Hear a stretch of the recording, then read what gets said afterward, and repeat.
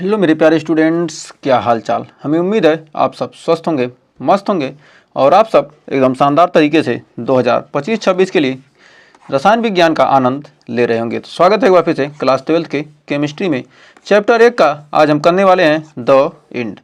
तो billion chapter का the end करने वाले हैं। UP Bihar MP Rajasthan 95 plus हमारा टारगेट है एकदम शानदार तरीके से बोर्ड एग्जाम में।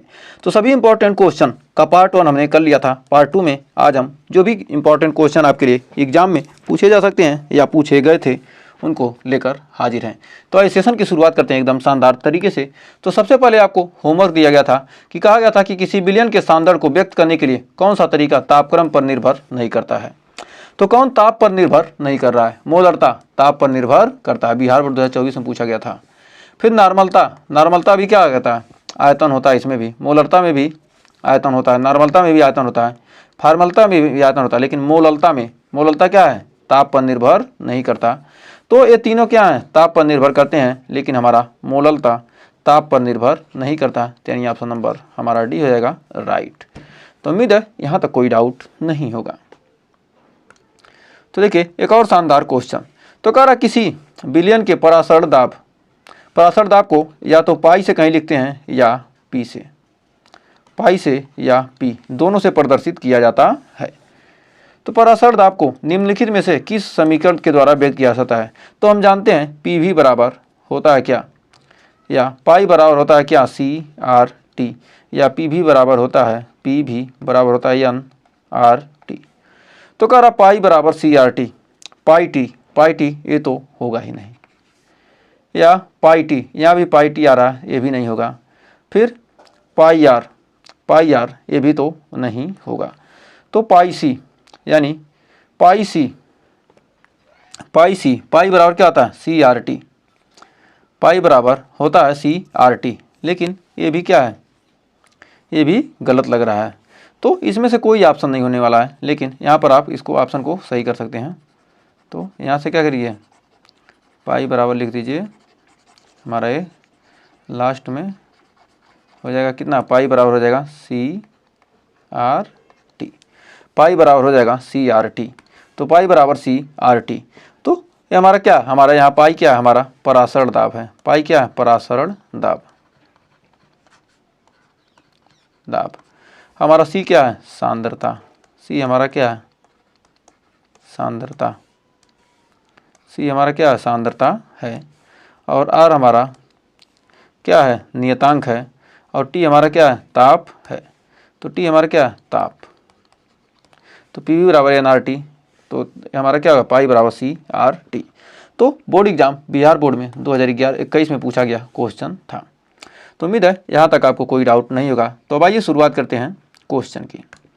तो देखिए बहुत ही शानदार क्वेश्चन कह रहा है कि 27 डिग्री सेल्सियस पर यूरिया के m/10 बिलियन का परासर दाब ज्ञात कीजिए। तो 27 डिग्री सेल्सियस पर क्या करना है? यूरिया के m/10 बिलियन का परासर दाब ज्ञात करना है, जहां आर का मान इतना दिया है। यूपी बोर्ड 2024 में पूछा गया क्वेश्चन था। तो आइए इसका सॉल्यूशन करते हैं एकदम शानदार तरीके से। तो कह रहा टी बराबर दे दिया कितना? 27 डिग्री सेल्सियस। यहाँ केल्विन में है, तो 27 डिग्री सेल्सियस को केल्विन में बदलेंगे तो हमारा हो जाएगा 300 केल्विन। अब यहाँ पर मोलरता दिया है, मोलरता दिया मोलरता सी दिया है 1/10। फिर परासरण दाब पूछ रहा है, परासरण दाब यानी पी पूछ रहा है। आर का मान दिया कितना? 0.0821। तो भाई इसका सॉल्यूशन देखते हैं एकदम बेहतरीन तरीके से। P बराबर हम जानते हैं क्या? C R T. P बराबर होता है सी आर टी। तो P बराबर सी आर टी। तो P C का मान 1/10, R का मान 0.0821, T का मान 300। तो 1 0 से 1 0 कट गया। तो 8 त्रिक 24, 21 तिहाई 63। तो 8 त्रिक 24, 21 तिहाई 63। तो यहाँ पर एक अंक क्या होगा, इधर खिसक जाएगा दशमलव, तो कितना 1 2 3 4 अंक पे दशमलव 1 2 3 4, तो 4 अंक पर दशमलव है, लेकिन एक जीरो क्या करेगा, खिसका देगा, तो यहाँ पर हो जाएगा हमारा दशमलव 2.4630। ये हमारा क्या होगा, ATM। पी का मान कितना आ जाएगा, इतना ATM हो जाएगा। तो दाब हमारा इतना ATM आ गया। तो उम्मीद है इस क्वेश्चन में आपको कोई डाउट नहीं होगा और अच्छे से क्लियर हो गया होगा। तो देखिए एक और शानदार क्वेश्चन आ चुका है, कह रहा है अपसामान्य आणविक द्रव्यमान से आप क्या समझते हैं। अपसामान्य आणविक द्रव्यमान यानी आणविक द्रव्यमान यानी क्या, अणु भार। आणविक द्रव्यमान का मतलब है क्या, अणु भार से मतलब है। आणविक द्रव्यमान का मतलब क्या, अणु भार से संबंध रखता है। तो कह रहा है अपसमान आणविक द्रव्यमान से आप क्या, अपसमान अणु भार से क्या क्या समझते हैं। तो यूपी बोर्ड में पूछा गया क्वेश्चन था ये। तो आइए इसका उत्तर देखते हैं। इसका उत्तर तो कह रहा किसी यौगिक का वह अणु भार जो उसके क्या होता है, जो उसके वियोजन या संयोजन के द्वारा प्राप्त होता है, अपसामान्य अणु भार कहलाता है। तो किसी यौगिक का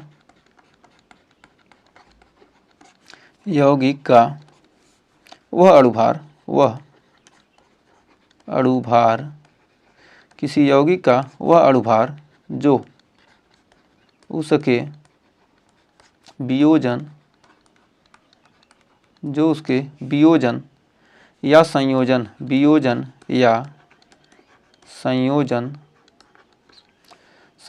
के द्वारा प्राप्त होता है, संयोजन के द्वारा प्राप्त होता है,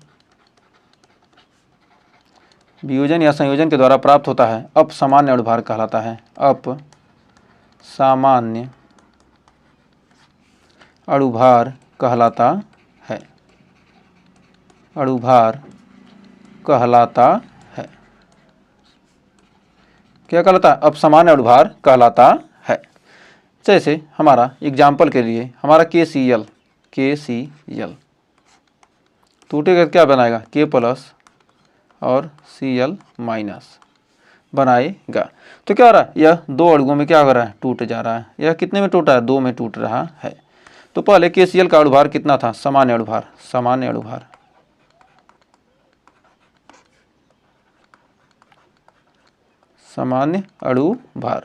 तो सामान्य अणु भार 74.5 है। KCl का सामान्य अणु भार कितना है, 74.5, लेकिन दो भागों में क्या हो गया, टूट गया। तो 74.5/2 तो यानी 37.25 भाग देंगे तो कितना, 37 दूना 74, 50 का जाएगा कितना, 25। तो हमारा ये क्या हो जाएगा, अपसामान्य अणु भार, अपसामान्य अणु भार।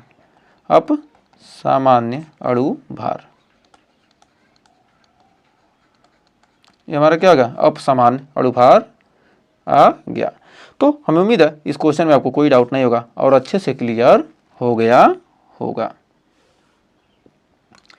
तो देखिए बहुत ही शानदार क्वेश्चन आ चुका है। कह रहा 0 डिग्री सेल्सियस ताप पर 0.45 ग्राम ग्लूकोज को 250 मिली जल में घोलकर विलयन बनाया गया, तो इसका पराशर दाब क्या होगा। तो आइए इसका हल देखते हैं। और ये यूपी बोर्ड 2018 में पूछा गया क्वेश्चन है।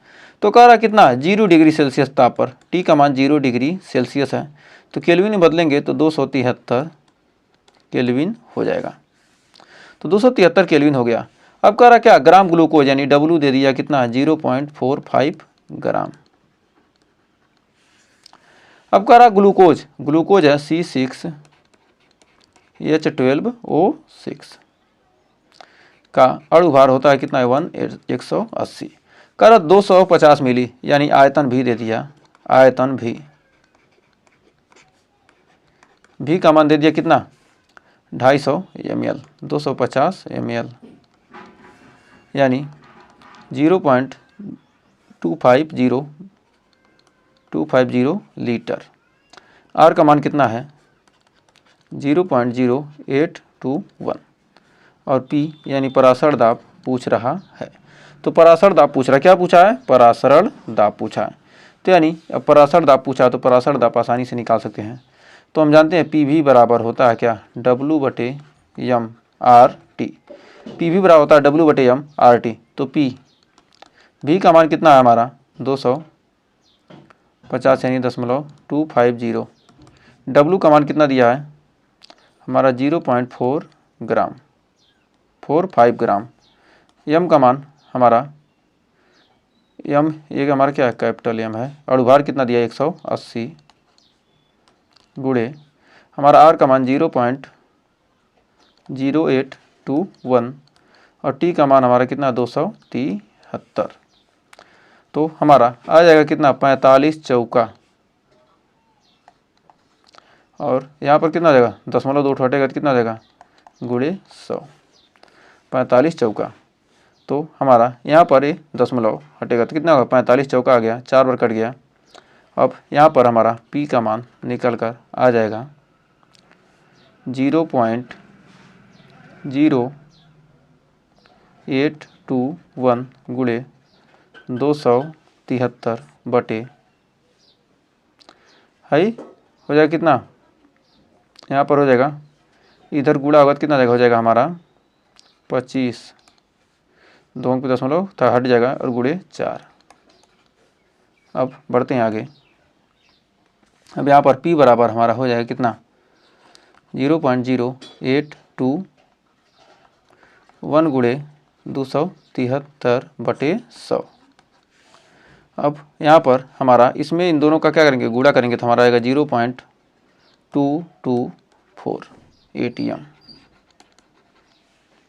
P का मान इतना निकल कर आ जाएगा। और यहाँ पर P हमारा क्या है परासरण दाब है। P ये हमारा क्या है परासरण दाब, यही तो ज्ञात करना था परासरण दाब।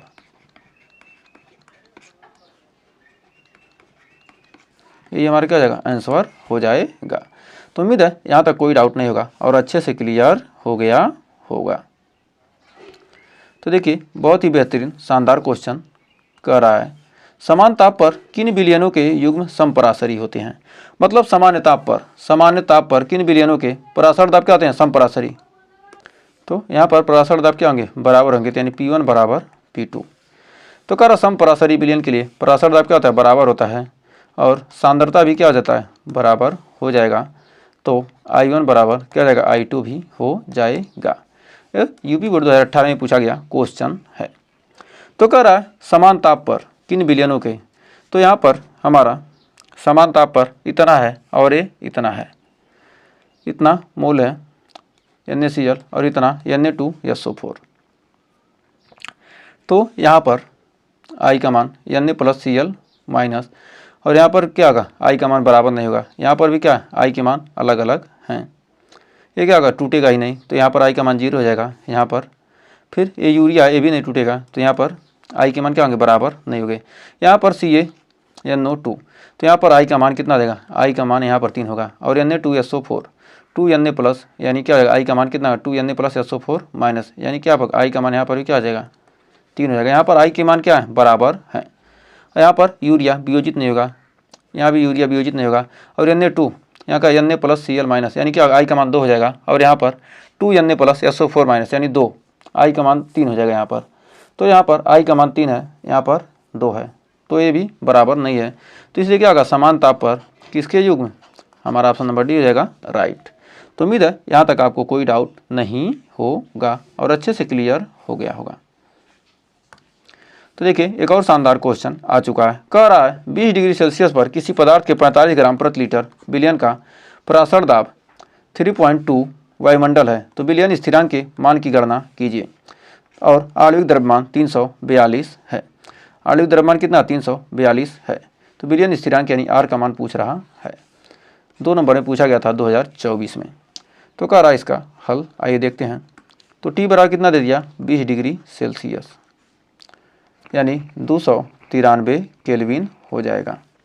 अब W का मान कितना दिया 45 ग्राम और कैपिटल M कह रहा क्या परासरण दाब यानी आणविक द्रव्यमान M का मान कितना दिया 342। V आयतन प्रति लीटर यानी V का मान कितना दिया 1। P बराबर कितना दिया परासरण दाब दिया 3.2। अब R का मान पूछ रहा है तो हमारा जानते हैं कि PV बराबर होता है कितना PV बराबर होता है W बटे M इंटू RT। तो हमारा P का मान 3.2, V का मान 1, W का मान कितना है 45 और m का मान कितना है हमारा 342 गुणे r गुणे t का मान कितना है हमारा 293। तो हमारा यहाँ से r का मान निकल कर आ जाए कितना 3.2 गुणे 342 बटे 45 गुणे 293। अब r का मान यहाँ से हल करने पर हमारा कितना आ जाएगा। तो आइए बढ़ते हैं आगे। अब यहाँ पर r का मान हमारा कितना है 342 गुणे 3.2 बटे 293 गुणे 45। यदि हम क्या करते हैं 3 से काटते हैं, 3 से काटेंगे 15 बार और 3 से काटेंगे 3 एकने 3, 3 एकने 3, 3 चौक 12, 114 बार। अब हमारा यहाँ पर आ जाए कितना 114 गुणे 3.2 बटे 293 गुणे 15। तो यहाँ पर गुणा करेंगे तो हमारा कितना आ जाएगा 364.8 बटे, और इन दोनों का गुणा करेंगे तो 15 3 45 को, तो यहाँ पर आ जाएगा हमारा 43। 15 3 45 को 5 15 9 135, 4 39 को 9 15 29,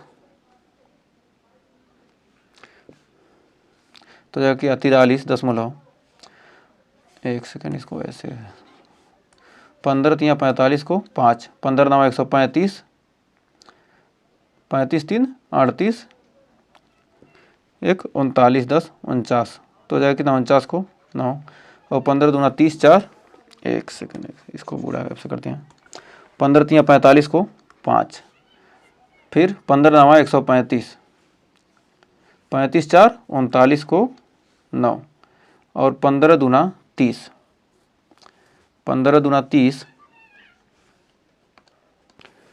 तो 15 9 135, 4 39 यानी 139 हो जाएगा। तो बचेगा कितना 13 बचेगा, यहाँ पर 13 बचेगा। तो 15 दूना 30 10 40 3 43, 43 95। अब यहाँ पर हमारा इसको काटेंगे पीटेंगे तो हमारा r का मान निकल कर आ जाएगा। इसको क्या नहीं इसमें भाग देंगे तो आ जाएगा 0.082, कितना आ जाएगा लगभग। तो आप इसका गुणा भाग कर लीजिएगा, यही हमारा क्या आएगा आंसर आ जाएगा। तो उम्मीद है यहाँ तक आपको कोई डाउट नहीं होगा और अच्छे से क्लियर हो गया होगा। तो आइए एक और क्वेश्चन देखते हैं। तो देखिए बहुत ही शानदार क्वेश्चन आ चुका है। कह रहा है अवाष्पशील विलेय तथा वाष्पशील विलायक, मतलब क्या है अवाष्पशील विलेय है और वाष्पशील क्या है विलायक है, से बने विलयन के लिए राउल्ट नियम की व्याख्या कीजिए। इस नियम का गणितीय व्यंजक भी प्राप्त कीजिए। बोर्ड एग्जाम 2024 में पूछा गया शानदार क्वेश्चन है। तो इस क्वेश्चन का करते हैं पोस्टमार्टम। तो आइए इसका उत्तर देखते हैं। तो सबसे पहले किसी मिश्रण में एक अवाष्पशील पदार्थ A व एक वाष्पशील पदार्थ क्या है B है लेने पर कुल वाष्प दाब उसके क्या होता है आंशिक वाष्प दाब के योग के बराबर होता है, परंतु कुल वाष्प दाब अवाष्पशील A के द्वारा प्रभावित नहीं होगा। मतलब क्या होगा अवाष्पशील के द्वारा क्या होगा कोई भी दाब क्या होगा प्रभावित नहीं होगा। तो मान लीजिए हमने क्या किया, एक बर्तन ले लिया, हमने क्या किया एक बर्तन ले लिया, इसमें हमने क्या किया A और B दो पदार्थ रख दिए A और B। ये क्या है हमारा ये हमारा क्या अवाष्पशील यौगिक, अवाष्पशील यौगिक,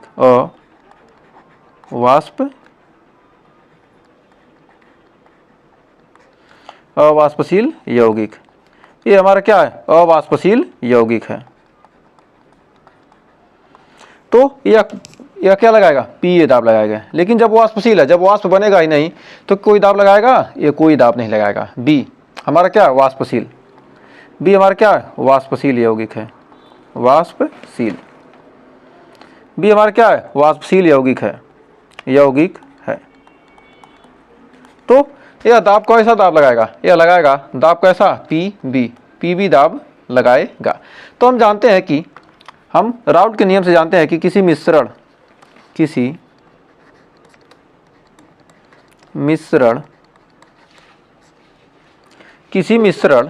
में एक अवाष्पशील पदार्थ है, किसी मिश्रण में एक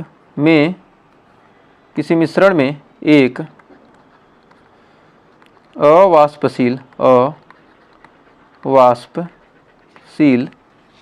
पदार्थ ए, अवाष्पशील पदार्थ ए व एक वाष्पशील पदार्थ, एक अवाष्पशील पदार्थ, एक वाष्पशील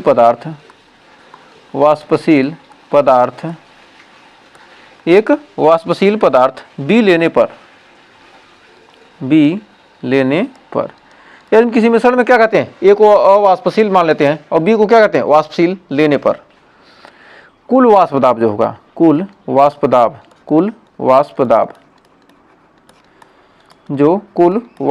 दाब होगा, क्या होगा, उनके आंशिक वाष्प दाब के योग के बराबर होगा। जो कुल वाष्प दाब होगा इस मिश्रण का क्या होगा, जो कुल वाष्प दाब होगा, तो लेने पर कुल वाष्प दाब उनके आंशिक वाष्प दाब के, उनके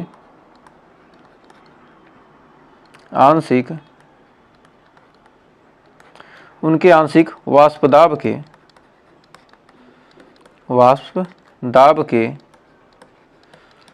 योग के क्या होता है, बराबर, योग के बराबर होता है, योग के बराबर होगा, क्या होगा, योग के बराबर होगा। परंतु हम देख सकते हैं, परंतु कुल वाष्प दाब अवाष्पशील ए के द्वारा प्रभावित नहीं होगा, क्योंकि क्या होगा, ये अवाष्पशील है, जब वाष्प बनाएगा इन्हें तो क्या होगा, कोई दाब नहीं लगाएगा। जब ये क्या करेगा, दाब कोई वाष्प बनाएगा नहीं तो कोई दाब नहीं लगाएगा। मतलब क्या है, ए के द्वारा ए के वाष्प क्या ए के कर रहा है, परंतु कुल वाष्प दाब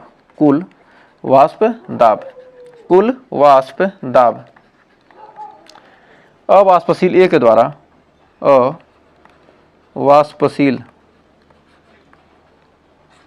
अवाष्पशील ए के द्वारा क्या होगा, प्रभावित नहीं होगा। मतलब क्या होगा, ए के द्वारा, ए से कोई मतलब नहीं रहेगा, ए के द्वारा प्रभावित नहीं होगा, ए के द्वारा प्रभावित नहीं होगा। मतलब क्या होगा, कुल वाष्प दाब क्या होगा, अवाष्पशील ए के द्वारा क्या होगा, प्रभावित नहीं होगा। तो हम जानते हैं P बराबर क्या हो जाएगा हमारा, P जो हमारा कुल वाष्प दाब हो जाएगा क्या, P बराबर किसके बराबर हो जाएगा, PB के बराबर हो जाएगा। कुल दाब क्या होगा, कुल वाष्प दाब क्या होगा, PB के बराबर हो जाएगा। तो जब PB बराबर होता है क्या, PB naught into 1 minus x A, तो हमारा P के बराबर क्या हो जाएगा, तो हमारा कुल वाष्प दाब होगा PB naught into 1 minus x A. तो हम जानते हैं कि PB नॉट बराबर हो जाएगा यहाँ पर PB not minus P, PB not minus P बटे PB नॉट, PB नॉट बराबर क्या आ जाएगा हमारा, हो जाएगा एक्स ए। इसको थोड़ा इधर खिसकाते हैं, अब यहाँ से हमारा हो जाएगा, यहाँ से ये हमारा क्या होगा, फार्मूला निकल कर आ जाएगा। तो हमारा यहाँ पर कौन सा क्या है उसको लिखते हैं हम, PB नॉट क्या है, PB नॉट क्या है, विलायक, विलायक क्या हमारा, वाष्पशील, यह क्या है, वाष्पशील विलायक का क्या है, आंशिक वाष्प दाब है, क्या है, आंशिक वाष्प दाब, विलायक का क्या है, आंशिक वाष्प दाब है। तो PB नॉट क्या है, हमारा विलायक है और उसका आंशिक वाष्प दाब है। और हमारा P विलयन का कुल दाब है, विलयन का कुल वाष्प दाब, विलयन का कुल वाष्प दाब, विलयन का कुल वाष्प दाब, विलयन का क्या है, कुल वाष्प दाब है। तो विलयन का क्या है, कुल वाष्प दाब। और हमारा यक्ष से मूल प्रभाज है, यक्ष से हमारा क्या है, ए का मूल प्रभाज, तो हमें उम्मीद है यहाँ तक आपको कोई डाउट नहीं होगा और अच्छे से क्लियर हो गया होगा और सेशन भी आपको पसंद आया होगा। तो हमारा इस चैप्टर का हो जाता है क्या, यहीं पर द एंड, चैप्टर का क्या हो गया, द एंड। ये चैप्टर हमारा हो गया फर्स्ट चैप्टर, एकदम शानदार तरीके से हमने क्वेश्चन किए, थ्योरी किए। यदि कोई भी टॉपिक आपको छूटा हो तो 1 शॉट कराएंगे, उसमें सारे टॉपिक को एक बार फिर रिवीजन किया जाएगा। तो फर्स्ट चैप्टर आपको शानदार तरीके से क्लियर हो गया होगा। यदि फर्स्ट चैप्टर क्लियर हुआ हो, सेशन पसंद आया हो तो सेशन को लाइक शेयर करके चैनल को सब्सक्राइब जल्दी से कर लीजिए, क्योंकि इसके बाद हमारा अगला चैप्टर है विद्युत रसायन। अगला हमारा चैप्टर पढ़ने वाले हैं वैद्युत रसायन। हमारा ये क्या है, न्यू चैप्टर। तो जल्दी इसका शुरुआत होगा एकदम शानदार तरीके से। आप जितना ही ज़्यादा प्यार दुलार देंगे इस चैप्टर को, उतना ही जल्दी से हम इस चैप्टर का सेकंड चैप्टर शुरुआत करने वाले हैं एकदम शानदार तरीके से। तो मिलते हैं नेक्स्ट वीडियो में नेक्स्ट चैप्टर के साथ, तब तक के लिए टेक केयर।